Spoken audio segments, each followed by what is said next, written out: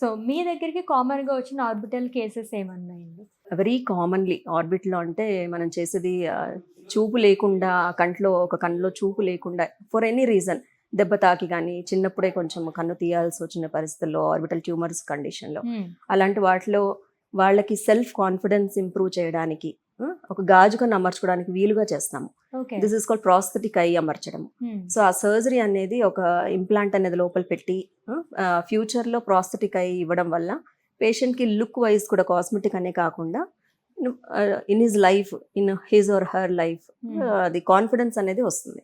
So okay. This is the very commonly done surgery in orbits. ఈ surgeries అన్నీ కూడా affordable ప్రైజెసేనా? సామాన్యులు కొంచెం చేయించుకునే విధంగా ఉంటాయా?